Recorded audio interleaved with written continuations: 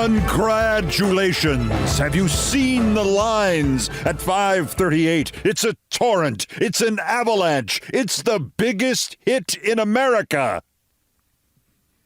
I hate to steal from Mel Brooks and the producers, and I hate to lead with the polls again, but yesterday I said that the USA Today canvass that had the vice president down by 5 in Florida was a great indicator of the Democratic tsunami that could be gathering.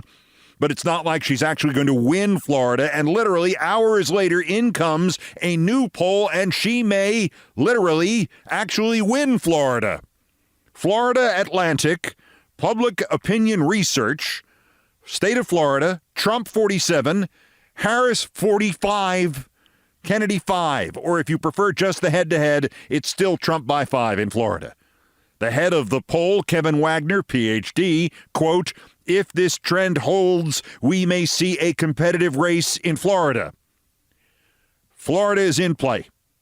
Cook Political Report, Georgia, Harris 46, Trump 46. Georgia is in play. Cook Political Report, Nevada, Trump 47, Harris 42. Nevada is in play. Cook Political Report, North Carolina, Harris 46, Trump 44.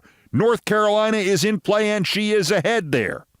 Cook Political Report, Wisconsin, Harris by 5. Cook Political Report, Pennsylvania, Harris by 5. Cook Political Report, Arizona, Harris by 4. Cook Political Report, Michigan, Harris by 2. Wisconsin is in play. Pennsylvania is in play. Arizona is in play. Michigan is in play, and she is ahead in all of them. Oh, and Cook Political Report, Kamala Harris favorability. In May, she was underwater by 13 points. Not the president. She was underwater by 13 points in terms of approval. Now, Cook Political Report finds Kamala Harris is viewed favorably by 49% of all voters and unfavorably by 49% of all voters. She has done the impossible in politics. She has erased a large unfavorable score in a matter of 3 months. Trump, he went from -5 to -6. Sorry, Donald. This cascade of polls is not stopping. Monmouth poll, national, still in the field as of this Monday. Harris 48, Trump 43. JL Partners, national, still in the field Sunday. Trump by 2. Their previous poll 5 weeks ago was Trump by 11. She has cleared out 9 points on a conservative pollster's poll. And there is polling about where these almost unbelievable polling numbers are coming from. 2 months ago, Equus polling had Biden leading Trump among Latino voters in Arizona, Georgia, Michigan, Nevada, North Carolina, and Pennsylvania, and Wisconsin by just 5 points. Of the many red alert buttons flashing on the control board, this might have been the biggest. Well, they have just polled those 7 battleground states again. Harris leads Trump by 19 points. She has basically quadrupled the lead over Trump among Hispanics. And then there's the other startling growth in a different demographic altogether. A political numbers analyst named Michael Cayley looked at all those Cook battleground states in which Trump had been ahead by an overall average of 5 points, but now trails by 4. And he went through each state, and her improvement in the head-to-head matchups has been 4.3 points. So her versus him, she's gained 4 3/10 points in each state. When you mix in RFK Jr. and the other third-party candidates, her improvement has been 6 3/10. In other words, Kamala Harris hasn't just kicked sand in Trump's face. She's kicked even more sand in Kennedy's and Stein's and Cornel West's. She's picking off some would-be Trump voters. She's picking up nearly all of the would-be Kennedy voters. And to circle back briefly to that Monmouth poll, they have been gauging enthusiasms. In April, per Monmouth, 36% of Democrats said they were enthusiastic about the Biden-Trump election.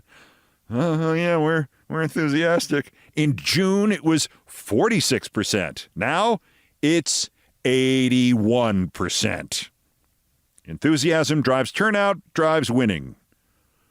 Enthusiasms. And by the way, Republican enthusiasms, it was 71% in June. Then Trump got shot at. Then Trump picked Vance. Then Trump held the most boring fascist convention of all time. It was 71% in June, and after all that happened, it was 71% in August.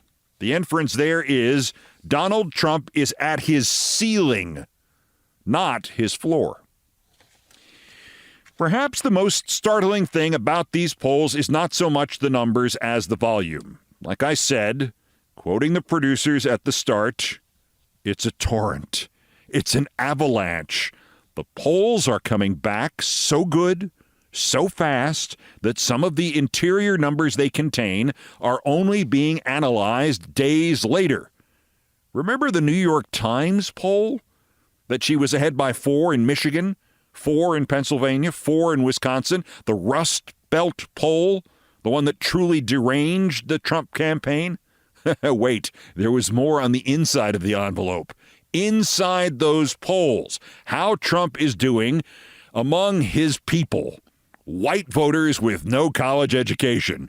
In May, in the same polls, in the same states, Trump led President Biden by 25 points in this category.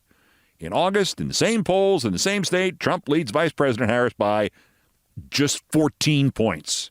Was 25, is 14. Basically, she cut the lead in half. As the CNN analyst Harry Enton put it, if she puts up these numbers with them, she'll win, unquote. No qualifiers. She'll win, unquote. The Washington Post, those parts of it that are still functional, like the excellent work of Aaron Blake.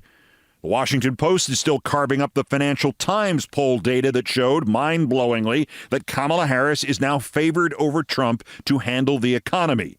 It's only 42% to 41%. It is a virtual tie, and if it were a tie, we'd all be saying, my God, it's a tie! She's tied him on the economy!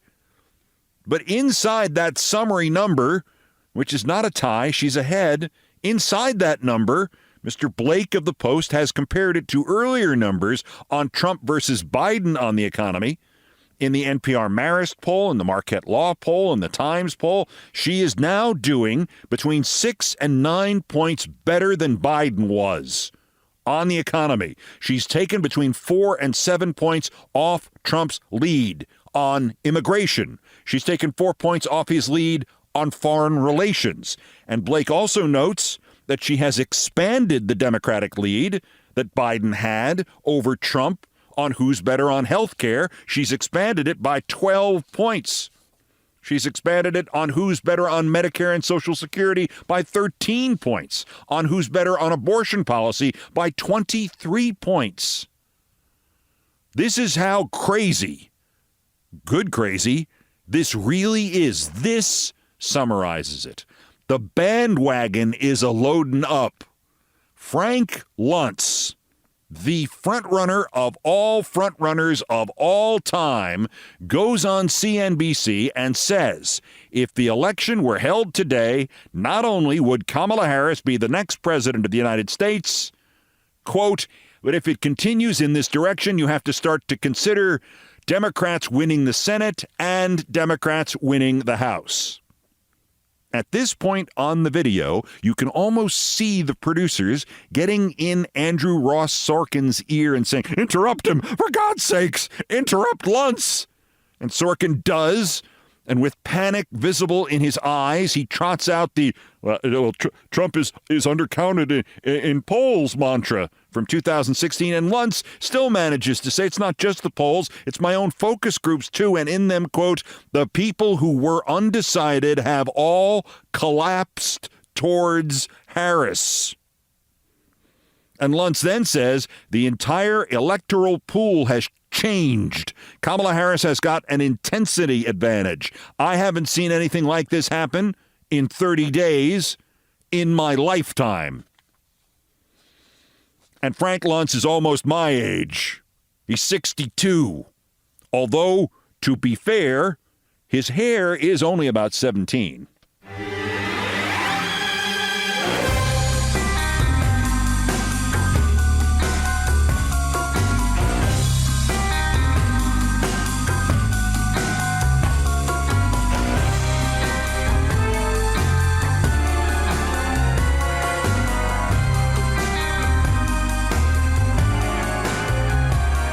Okay, I hope you're sitting down for this part because I'm going to do something I've never done before. I think I am going to defend Trump, not about his speech yesterday, the latest one that made no sense where he said the TV would turn off if it wasn't windy, or how he really didn't get credit for the COVID outfits everybody wore. Woo! You will recall, though, that the other night Trump went on with Elon Musk, and to invoke the music Celine Dion is trying to get him to stop using at his rallies. It was like listening to two of the officers aboard Titanic getting drunker and drunker as they fulfilled their promise to go down with the ship. The content was, what a shock, insane. Here's Trump. He's deteriorating, occasional bursts of structural lucidity, but he's still in Hannibal Lecter eaten by sharks with frickin' laser beams mode. And then there's Musk. Sounds as if he's high as a kite, having decided that he's going to rule the world through money and proxies like Trump because Auric Goldfinger is dead now. Here's Musk trying to get Trump to become even more of a fascist, but a fascist who likes electric cars. I'm not defending what either of these simultaneously terrifying and comical monsters said, but getting almost as much attention as what they said is how Trump sounded as he said it. He had an unbelievably bad sibilant S. You know, he had an esh. He had an esh like a Monty Python sketch or a good old-fashioned gay-bashing 1950s comedian. He had an esh like he was just clearing the anesthetic out of his mouth after oral surgery. He had an esh like Sylvester's suffering succotash. And he claims it was a screw-up in the equipment somewhere. And he and Musk later put out cleaned-up versions of him, and everybody screamed, oh yeah, Musk used the AI to make Trump sound better. And guess what? Trump's right. The equipment did screw up. Everybody else is wrong. I'm sorry, he's right. If he were stoned or drunk or having another episode with whatever's left over of his brain, yes, he might be saying yesh. But other words would also sound funny. And as funny as his eshes sound in this clip, everything else is normal. Well, normal Trump insanity normal. But that's okay. That's the way I get treated, and I don't mind that at all. What I can tell you is this. We cannot have a Democrat. We cannot have her. She's incompetent. She's as bad as Biden in a different... Yeah. Look, she hasn't done an interview since this whole scam started. And say what you want. This was a coup. What I think that is a failure in a device that was used to amplify his voice and simultaneously tamp down the background noise to improve the phone line. He apparently did this call with Musk by leaning over an iPhone sitting on a table because he's an old man who doesn't know how to use an iPhone. And they may have tried to enhance what he sounded like to make him louder and the background less loud. That might have been the reason for the 45-minute delay in getting the damn thing started. We have had devices like these for more than half a century now. I was introduced to them in 1979 at my first job in network radio.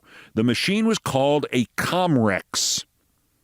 I understand Comrexes have improved significantly since then. There are other rival devices. I mean, hell, I used to have a giant microphone that plugged into my laptop, and it allowed me to go on MSNBC from wherever I was, and if it didn't sound right, there was a series of dials I could twist to give my voice more bass or more clarity or whatever it was required to get. This thing with Trump, this sounded like a 1979 Comrex. The machine in those days was about the size of a large box of tissues, but it felt like it weighed 35 or 40 or 160 pounds. I don't know if it was made out of lead or what, but I was 20 years old, and carrying the thing from my hotel just to a ballpark in the same town used to leave me with muscle strains. The other thing was the Comrex ran on those huge 9-volt batteries, but it took like a dozen of them. And it ate 9-volt batteries like candy. A dozen 9-volt batteries would last you about 45 minutes. And like it needed anything else to go wrong, the on-off switch for this incredibly badly designed machine stuck out of the front, and it was the size of a pencil point. So if you put your Comrex in a bag and you did not tape the on-off switch into the off position using duct tape, it would invariably switch on while it was in your bag and eat the batteries before you ever got to use it in the first place. In any event, it used to alter the sound of the human voice to make it into an unintelligible whine. We called it Martian. Back at headquarters, you had to have the other half of the Comrex device, the D-Scrambler, the D-Martianator. When it worked, it would make you sound 5% better, 10% better, which in 1979 was a big deal. When it didn't work, the only thing it would change would be it would give you a sibilant S, just like Trump with Musk the other night. This is Keith Olbermann speaking from Madison Square Garden. Sayonara. So the stopped clock has had its 1 minute of validity. Trump is right. He was not lisping. He was not slurring. He was not drunk. He was not having an episode. He was either being processed with a 1979 Comrex or the modern equivalent of a 1979 Comrex. And by the way, since I've already gone so far down this road, if you think my memories of the Comrex are a little surprising, 44 years after I last used one, it feels like it failed me the day before yesterday. We had another sportscaster at my first job, UPI, named Jack Russell. And if you told Jack Russell to bring the Comrex with him on a story, Jack would start swearing, and his eyes would get red. Long after both I and our boss, Sam Rosen, left the network, one day Sam's successor sent Jack to New Orleans, I think, for the Super Bowl.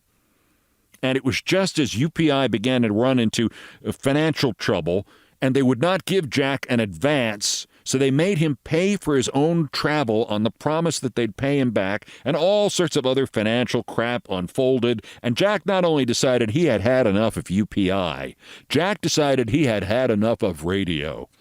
So according to the story I was told by several ex-UPI colleagues, he left the office on Manhattan's East Side, basically 42nd Street and 2nd Avenue. If you ever saw the Christopher Reeve Superman movie, the Daily Planet building, that's where we worked. He walked from there over to the East River to a payphone placed perfectly right above the water.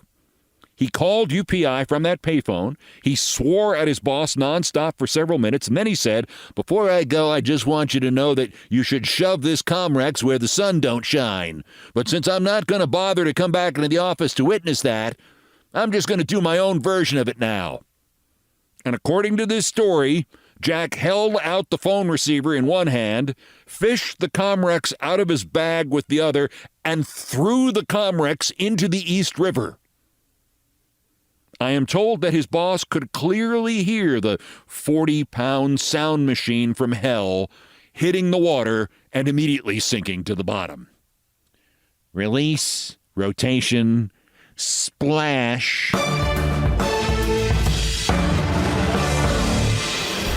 Also of interest here, Laura Ingraham complains Kamala Harris likes to curse. Let me tell you about how Laura Ingraham curses like a stevedore. That's next.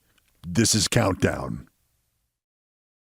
This is Countdown with Keith Olbermann.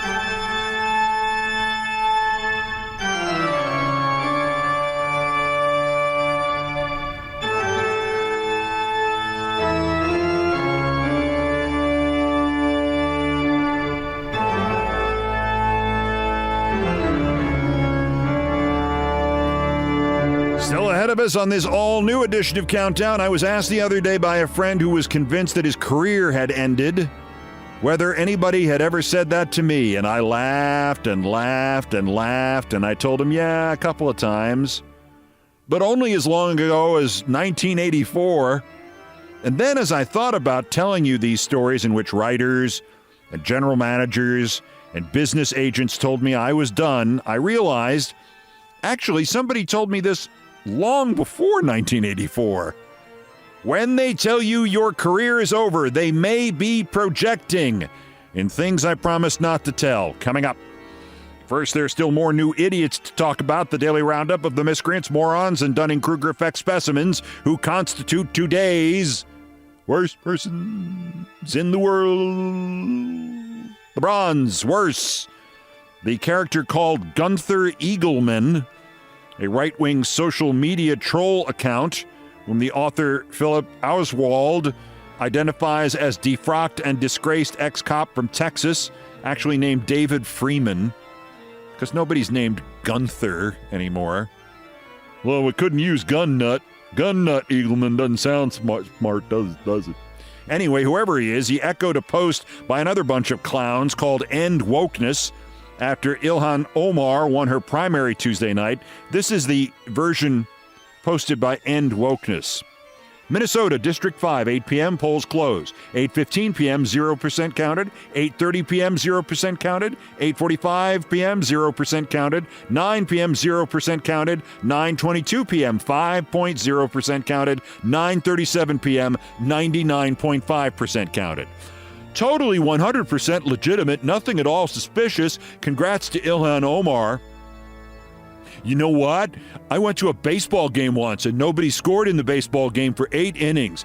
And so I left when it was 0-0. When I got home, they said the Mets had lost 4-3. And that's impossible because nobody scored for 8 innings. Morons. Plus, as another wag noted, first, the vote counting was too slow for the fascists. Now, the vote counting is too fast for the fascists. The runner-up, worser, good old Laura Ingraham, or whatever that is that replaced her on Fox that can barely move its mouth. It's either Laura, after way too much work, or it's an animatronic Laura, like in the Hall of Presidents at the Epcot Center. Good evening, I'm Laura Ingraham. This is the Ingraham angle. Graphic on the show. Cursing Kamala loves her swear words. Okay, I got 2 on this. Number 1, even Politico noted that Trump has repeatedly used the B word to describe Kamala Harris. So if we're going to talk about who's calling whom what, let's start with Trump calling her the B word, shall we? The other point, you will have to take my word on this, but I think I may have mentioned this once or twice before. Laura and I went out on one date and one cross between a date and a hostage situation wherein I was the hostage. This occurred in a previous century. And if you think cursing Kamala loves her swear words, you should hear imprecating Ingram like a longshoreman. But our winner, the former UK Prime Minister Liz Rent Don't Buy Truss, who lasted 50 days on the job, famously failing to outlast a live stream of a decaying head of lettuce. The British political prankster activists, led by donkeys, likes to install remote-controlled banners behind unsuspecting speakers at public events and then press the down button. And guess who they did do it to and who didn't know it was being done to them? Liz Truss. I don't know how they get away with this. Seems to me in the United States they'd call it a terrorist act. It's hard to hear what's happening on audio, but as Liz Truss is just droning on, a sign descends reading, "I crashed the economy," and above that is a head of lettuce with Liz's eyes on it.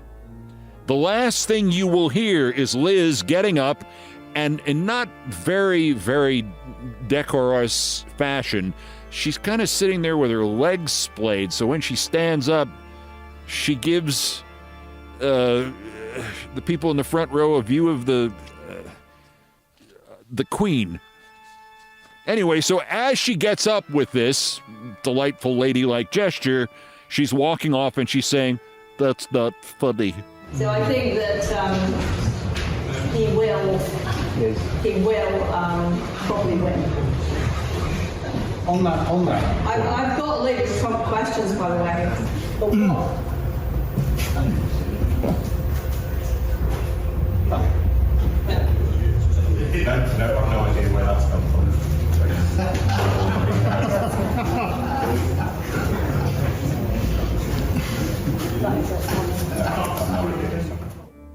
Well, it's kind of funny, Liz. Plus, you have to admit that whole bit lasted longer than your tenure as prime minister. Liz, let us entertain you trusts today's worst person in the world!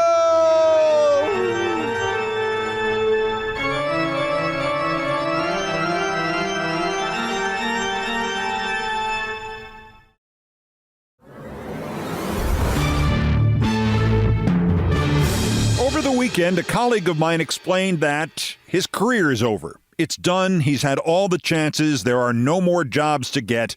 It's all over. The business is dying. His career is dying. It's finished. He's going to look into something else, maybe selling used cars. And I said, boy, oh boy, if I had $10 million for every time I have been told my career was over, I'd have a lot less money than I actually do. To our number one story on the countdown, and good evening and welcome to the end of our careers, or more particularly the end of my career.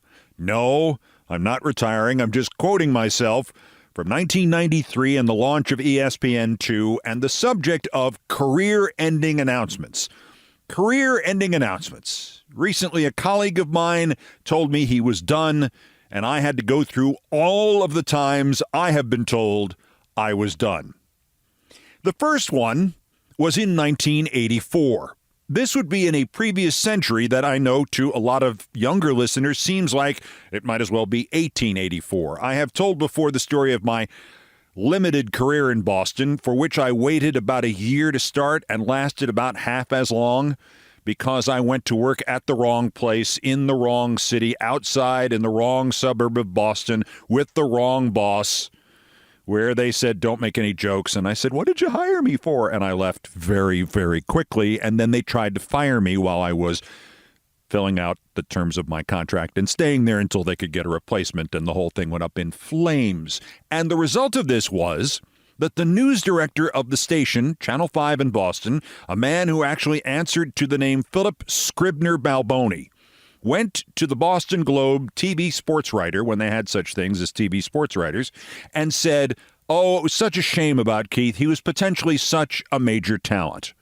I will not deny that the use of that phrase did inspire me to some degree to get cracking on my career. On the other hand, I didn't work for nearly a year later as I was taking care of some family business back home and sort of put everything about my own interests on the shelf. Off the record, the general manager of the station I had worked for, a man named James Coppersmith, said to my agent something that made Balboni's statement look like a compliment. Coppersmith said he will never again work in our business. That got me motivated. I believe I read recently that Coppersmith died. In any event, I worked again in his business. The punchline to this one, and they all have punchlines, is that at some point around 2007, I got an email at MSNBC, and the return address was Philip Scribner Balboni.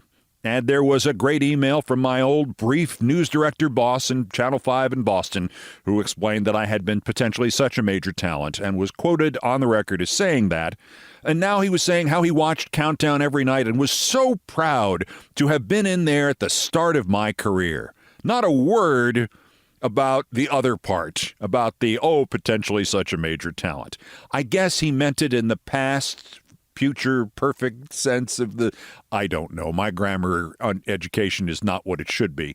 But he managed to wriggle out of it, never made any reference to it. And the one thing about surviving repeated announcements that your career is over is to never really go back and criticize the people who were wrong about it because they know they were wrong and your success is the best answer. Nevertheless, this all came up and I thought I'd retell it to you because I had to retell it to a friend who recently told me his career was over. But as I said, that was just the first time that it ever happened in a fully professional setting. In 2001, and I was just reading this, I guess about a year ago, I came across it somewhere online. I was reading it for a punchline in and of itself. It was a piece in Sports Illustrated by a man named Chris Ballard, I believe. And Chris Ballard wrote an article about my being fired by Fox Sports, which he wrote as I had resigned from Fox Sports, and went on to explain that I did not respond to Sports Illustrated's request by emails and phones for comment. I never received any of them because it never occurred to him that when they fired me and told everybody I had resigned, they cut off my access to my email and my phone. And they said to him when he wanted to talk to me, oh, just send him an email. He'll get back to you. And I didn't. And thus he made me look like a jerk. In any event, the article explained in 2001 that having gone through ESPN and now ESPN's sort of mini-me rival, Fox Sports News, that there was nothing left for me to do in the business. I had tried news briefly in 1997 and 1998, and clearly my career in both fields was over. I could not possibly work again in television, in news, or in sports. We're now coming up next year, if I get to it. Well, it's been 23, 24 years. Okay. I recently saw this article and was inspired to look for it online because Chris Ballard was retiring from Sports Illustrated, and I'm still here.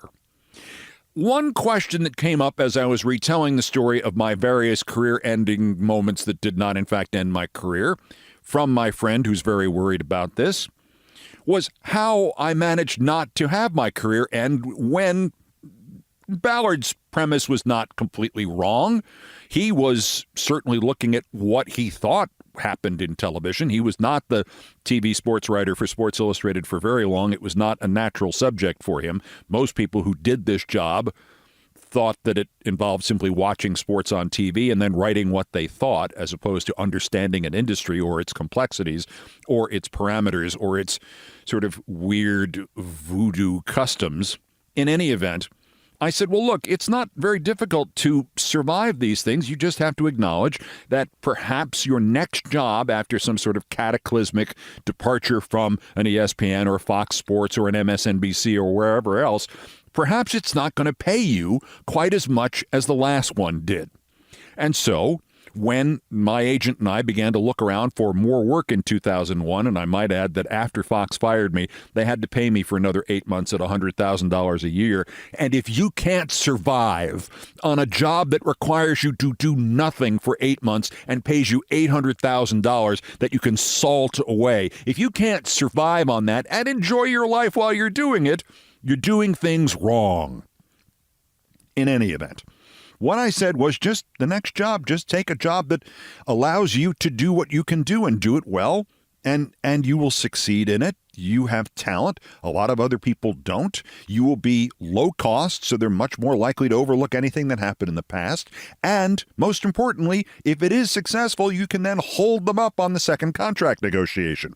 So I went first to CNN after the Fox Sports experience, started to work for them for not a lot of money.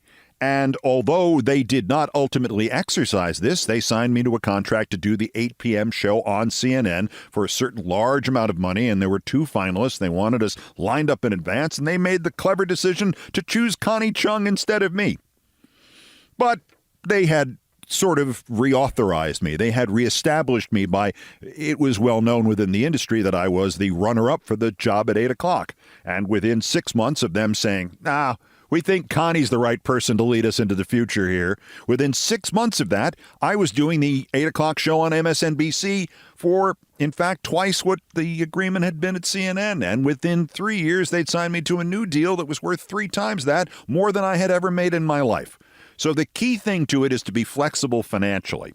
You sock them for the money while you're successful. And then, by the way, once again, if you can't succeed in the business, if you can't succeed in life, when you have received in 1 year anything north of $3 million in 1 year, $4 million maybe. I forget what the actual financial floor is. But if you've made that much money in 1 year and can't live basically off that and simply interest from the bank that will provide you, if you can't do that, you must have some sort of addiction to drugs, because guess what? You can go a long way still.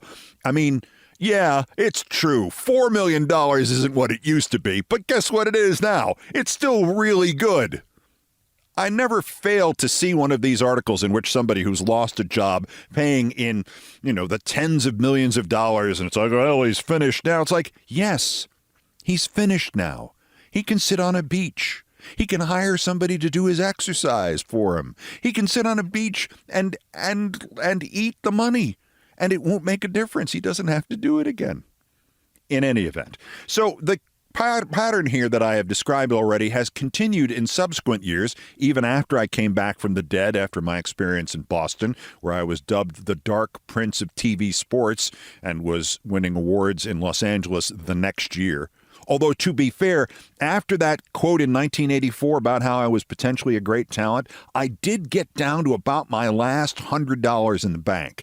And I actually had to borrow money from my dear sister to get on the bus to take me to the airport in New York so I could take the flight to Los Angeles to start my job there. That's how close I cut it. Another week and I would have been borrowing money for food. That's where I was.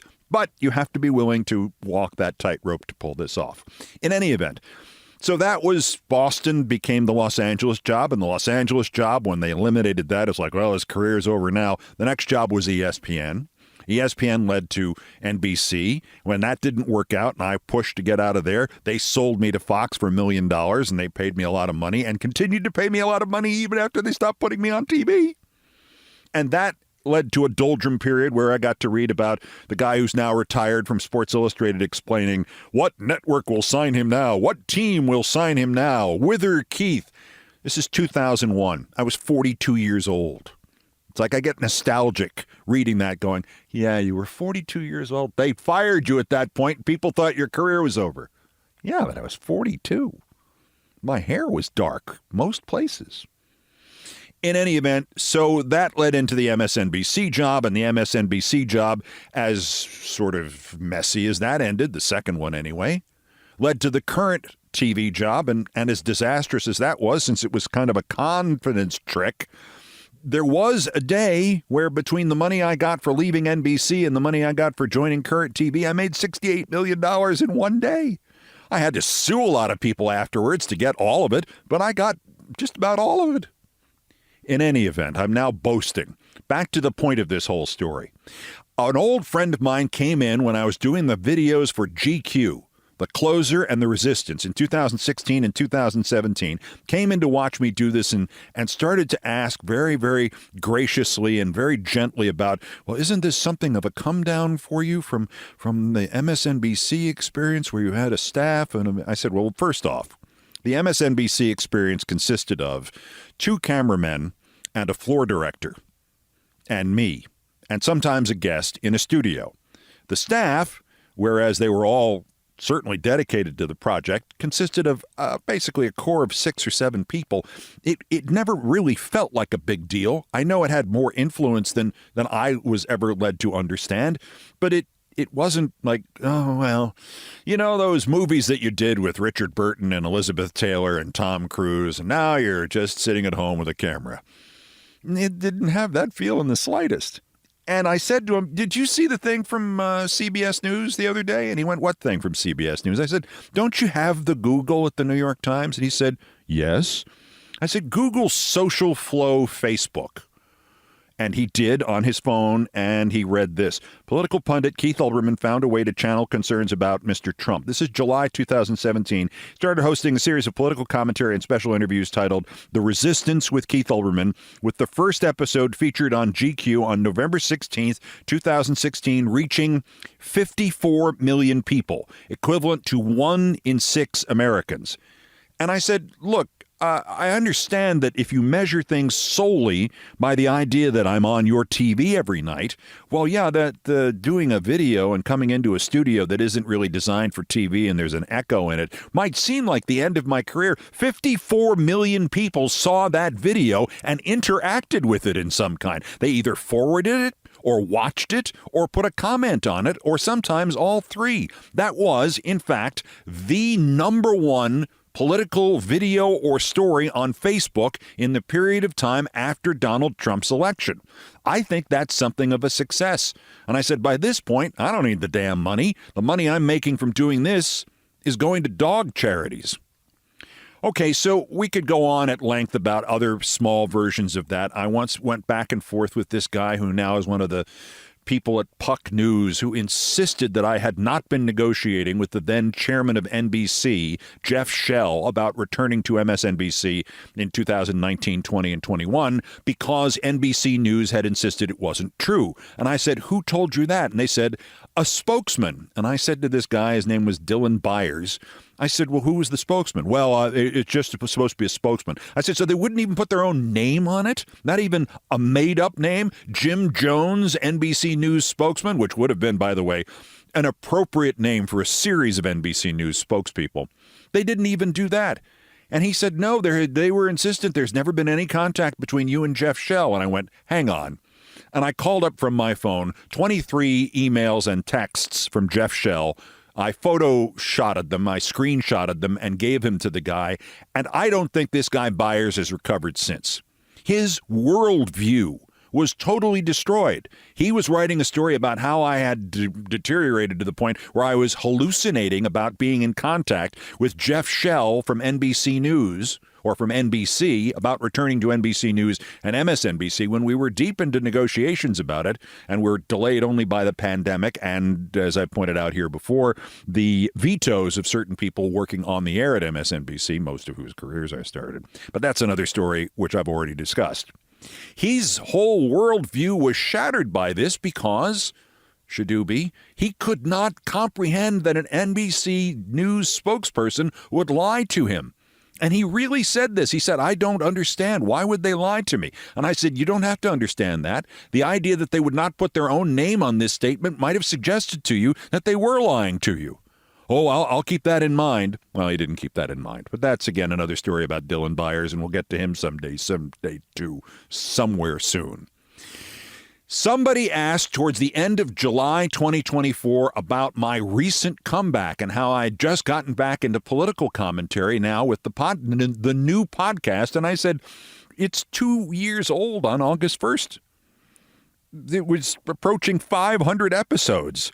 We're doing like 1 million listens a week, 1 million audience participants a week.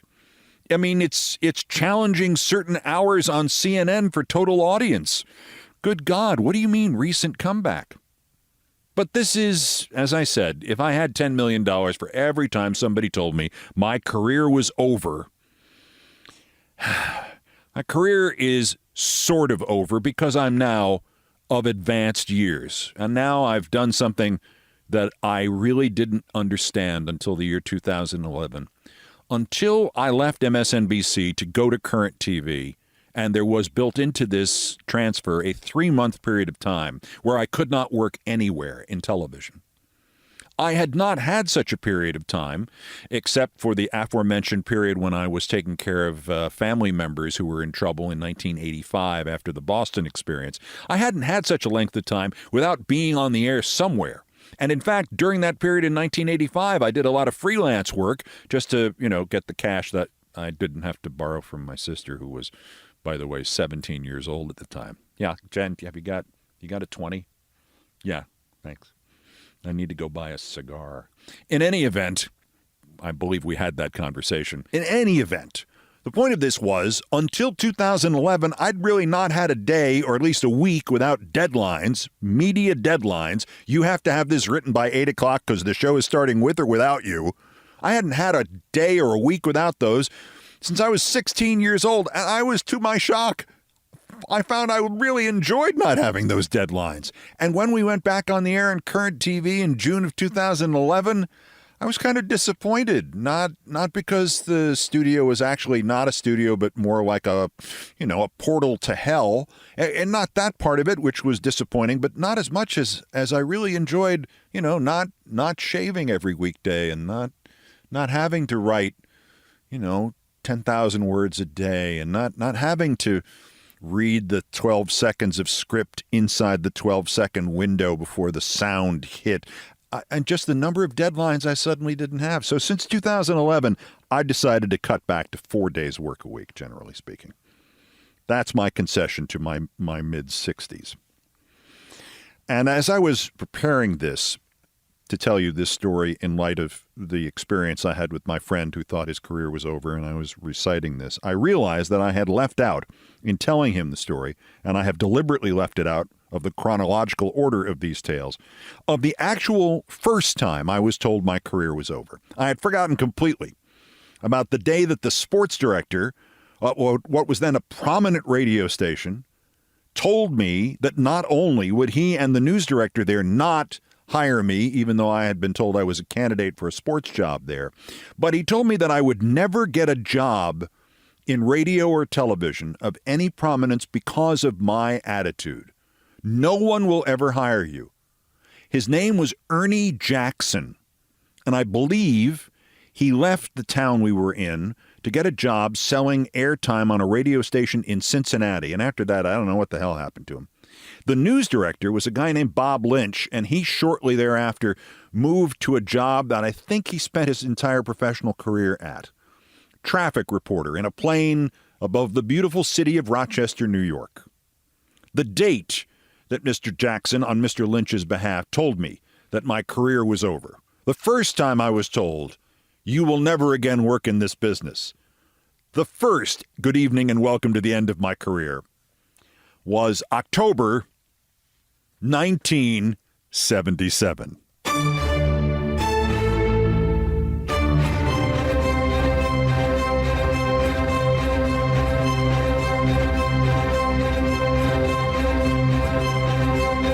I've done all the damage I can do here. Thank you for listening. Please share this podcast with somebody who does not listen.